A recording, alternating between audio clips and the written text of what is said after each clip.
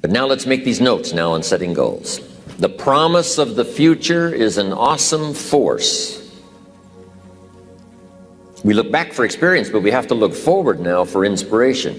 And what gives us inspiration to get up in the morning and do our job, learn skills, develop all that we can possibly be, is the promise of the future.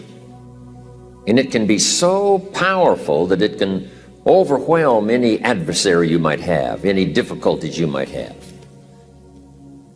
Here's a key phrase: reasons make the difference in how your life works out. Reasons make the difference in your appetite and zest for taking on the challenge, doing the job, becoming successful. Mr. Schoaf said, if you have enough reasons, you can do the most incredible things. You can get through the most difficult day. You can overcome the most unbelievable challenges if you have enough reasons. And so he said to me, if you haven't got a list of your goals, Mr. Rohn, it's probably because you don't have enough reasons. He said, I'm sure since I've met you, you have enough intelligence. And he said, you have enough good health. And he said, you have, all of those things working for you. But here's what you must work on now, is to have enough reasons. Looking into the future, developing reasons. Okay. Now here's a note to make. It's important to make sure that the greatest pull on your life is the pull of the future. Some people let the past pull them back. The past can be like gravity if you let it to pull you back. Some people live in the past. They live in the darkness of the past. They live in the mistakes of the past. They live in the discouragement of the past. They didn't make it, and that affects them for the rest of their life, living in the past. So we don't want the past to pull us back, to live in the past. So make this note: dreams and goals can become magnets. Dreams and goals can become magnets. And the stronger the goal, the higher the purpose, the more powerful the objective, the stronger this magnet is that pulls you that direction. Now, not only does your goals and your objectives pull you that direction, here's what they also do. They pull you through. They pull you through all kinds of down days. They pull you through a difficult time. It'll pull you through some winter of your life. Some people get lost in the confusion of the day simply because their goal is not bright enough to pull them through. Next, it's goals that drive us to take advantage of the spring. Why would the farmer put the plow in the ground in the spring if he couldn't see the vision of the harvest when the summer is finished? Is it possible to see the finished harvest? And the answer is yes. We do that simply by faith. Key phrase: faith is the ability to see things that don't yet exist. So here's what we want to do in our goal setting session, is to start looking into the future of what you would like to accomplish and where you would like to go, the person you would like to be, and see if you can't get a better picture of the finished objective. See yourself there. See yourself in possession of. For your dreams to greatly influence you, for the future to pull you, your future must be well planned. There are two ways to face the future. One is with apprehension, the other with anticipation. Guess how many people face the future with apprehension? Why? They don't have it well designed. And without really thinking about it, they have probably bought someone else's view of how to live. You will face the future with anticipation when you have planned a future you can get excited about, when you have designed your future results in advance. In this way, the future will capture your imagination. It will exert an enormous influence on you. And to design your future, you must have goals.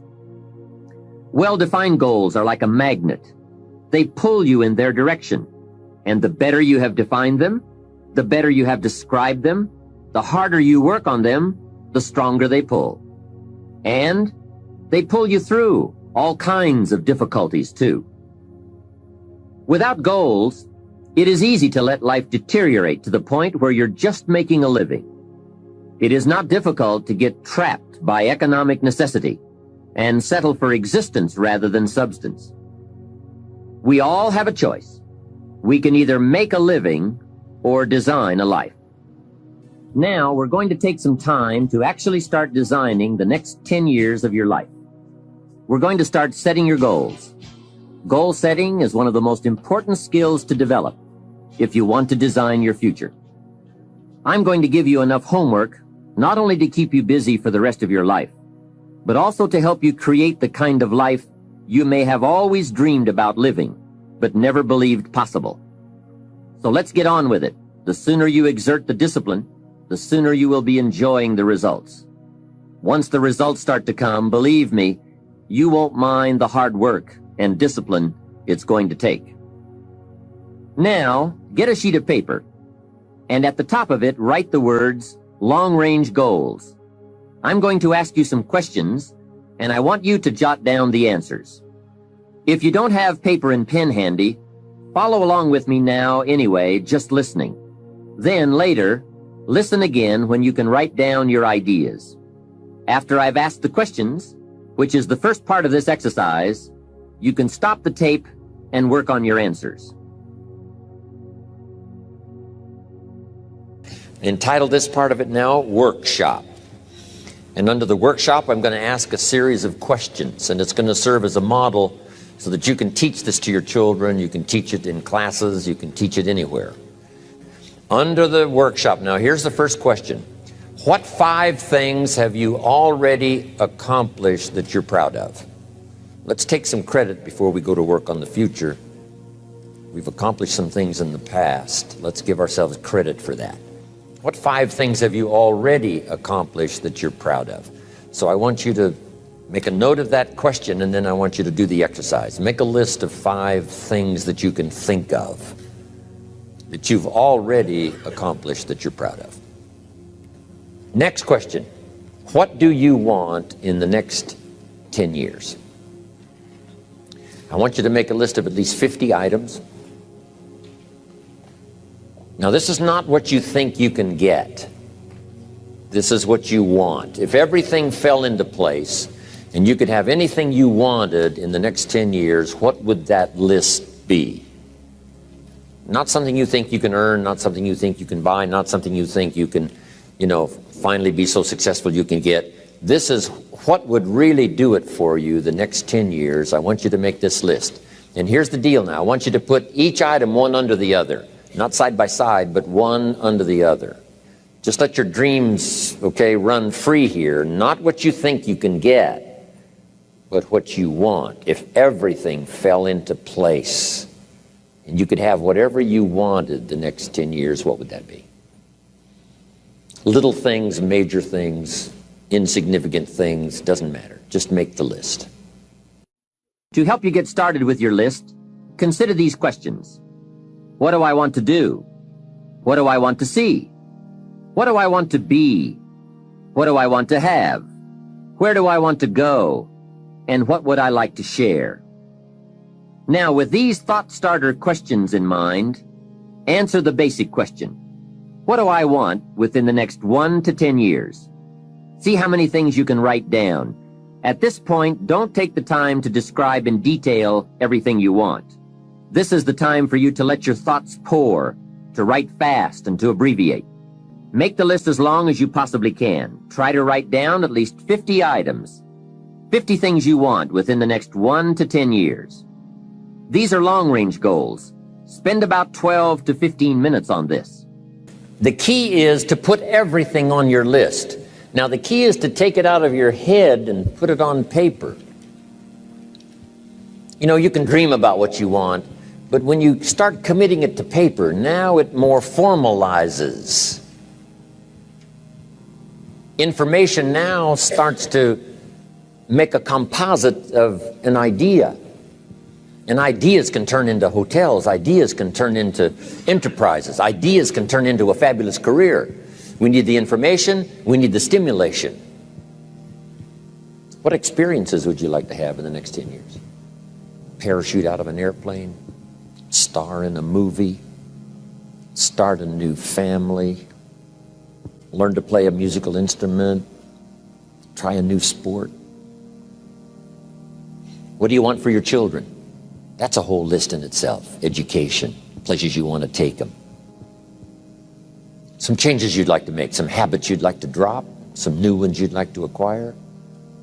You might make a list of the people you want to meet over the next 10 years. Benevolence goals. Maybe you've got a long list of projects you'd like to support. Now, this is not what you think you can do. This is what you'd really like to do. How about your investments? Properties. Make a list of your health goals. Got to have a good physical support system over the next 10 years. How healthy do you want to be? Some goals for your career, your business, some productivity goals, a hobby you'd like to start, new car, become a race driver. What classes would you like to teach? Some of your goals should be personal development, the person you wish to become. Develop skills that make you attractive to the marketplace. Develop the temperament and the attitude that makes you attractive to the business world. Because here's what's important. It's not what you get that makes you valuable. It's what you become that makes you valuable. Okay, now we're going to do some things with this list. Here's the next exercise. I want you to look at each item on this list you've made and give each item a number. The number being a 1, 3, 5, or 10. And this is why. I want you to look at an item and say, I think that would take about 1 year. Another item, you say, I think that would take about 3 years. Another item, I think that would take 5. And another item, looks like that's going to take 10.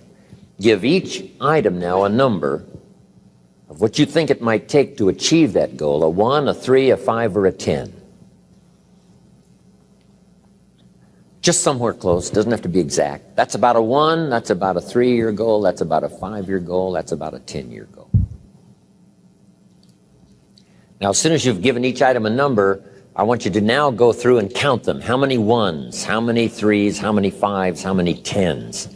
And then just make a little list of those numbers. How many 1s, 3s, 5s, 10s?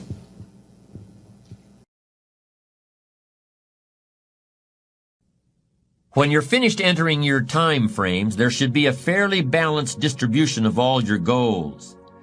If there are many 1- and 3-year objectives, but only a few in the 10-year category, maybe you need to think more about what you really want your life to add up to.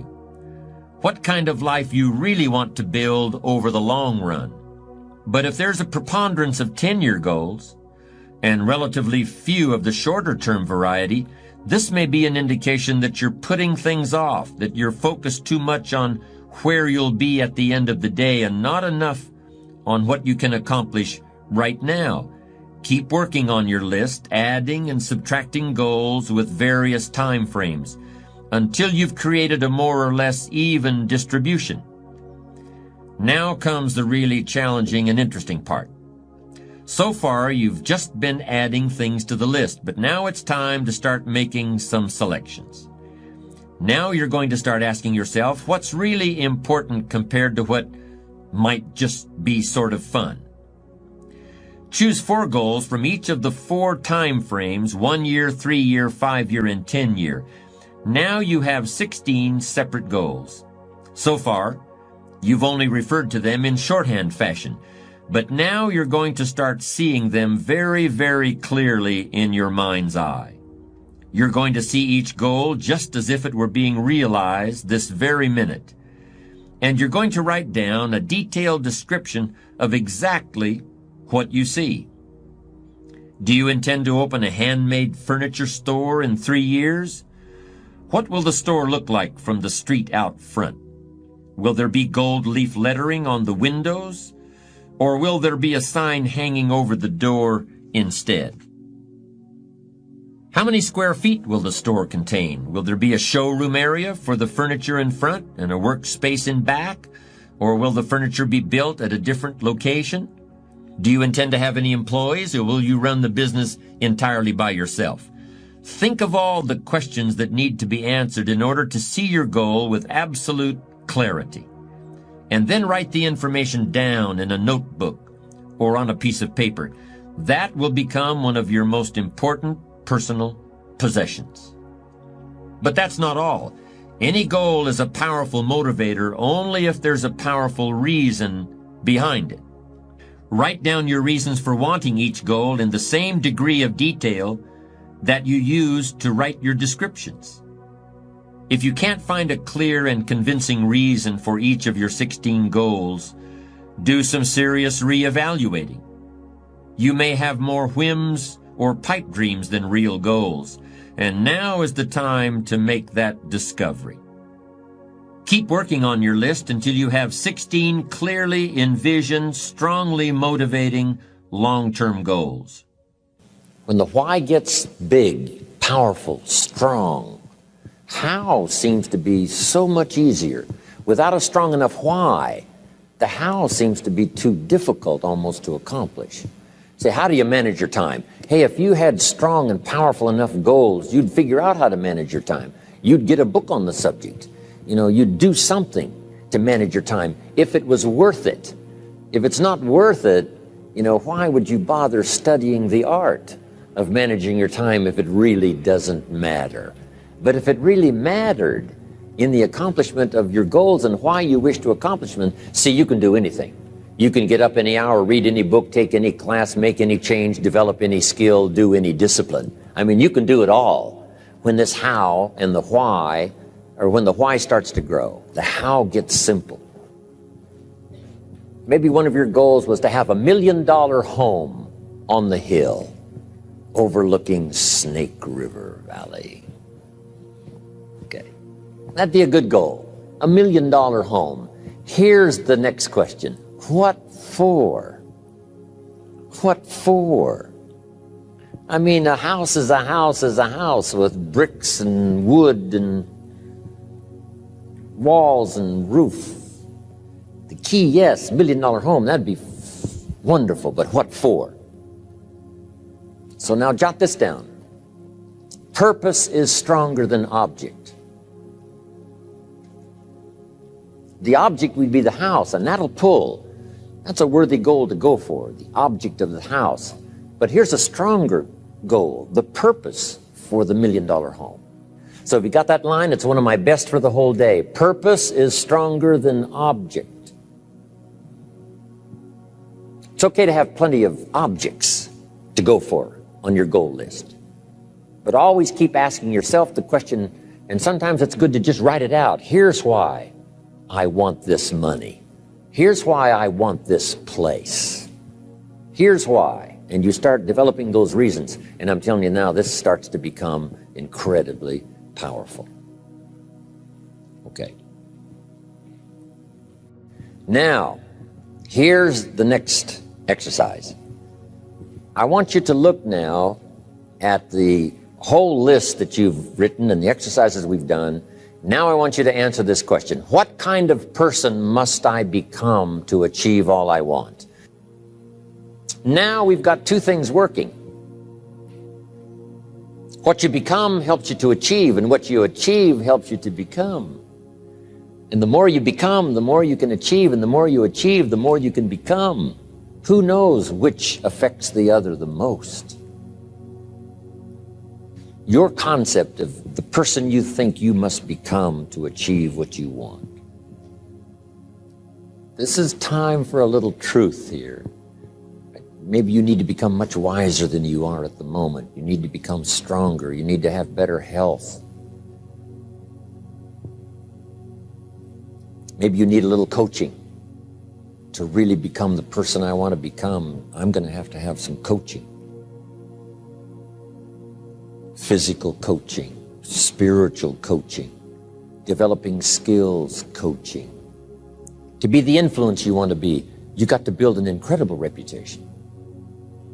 What kind of person must I be to attract all that I want in my life and the people that I want and the opportunities that I want?